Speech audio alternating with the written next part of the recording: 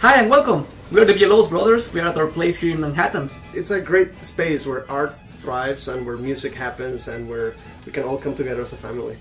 Back in 2005, we were invited to play at Carnegie Hall. Five of my brothers were just finishing their school in Europe, and I was already here in New York. And I told them, we need to write music and we need to invite the best musicians that you know. We're gonna rent this house.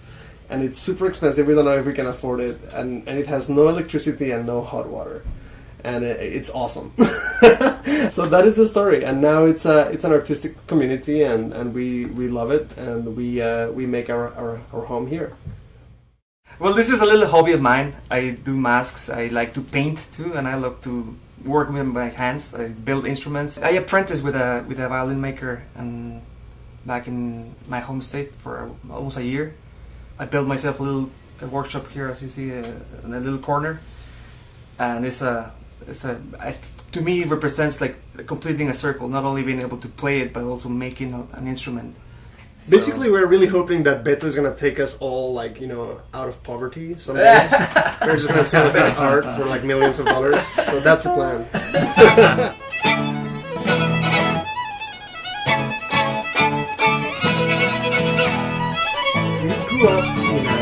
We grew up in a farm in Mexico. We were learning music from our abuela, our grandma. This is our grandma, Abuela Christi. She was a great inspiration, and she was truly our link with Mexican music. And we grew up listening to her play the guitar and sing, and that made us, that half of listening to grandma, her influence, and at the same time studying with El Maestro Carlos, classical music. Professor Carlos Marrufo is his name, from Yucatan, Merida. For almost 20 years, 19 years, he was our mentor. And that was my mom's funding. When Ernesto was only 6 years old, she took him to Maestro Carlos and asked him for lessons, for private lessons. And he would say, no, of course not, I don't take children. But he made an exception with Ernesto, and then with me, and then with this.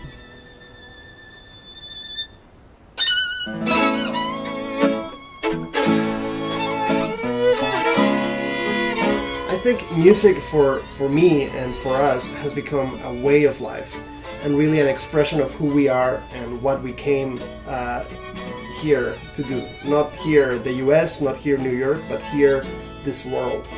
And it really crosses borders, it crosses identities, it crosses races, it becomes music, and it really goes beyond just standing here and playing the right notes. It goes into who you are and what are you communicating. And I think that is our mission, and that is what brings us together. ¿Quién soy yo para cantarte? Si tú ya tienes un coro, si tú ya tienes un coro, ¿quién soy yo para cantar?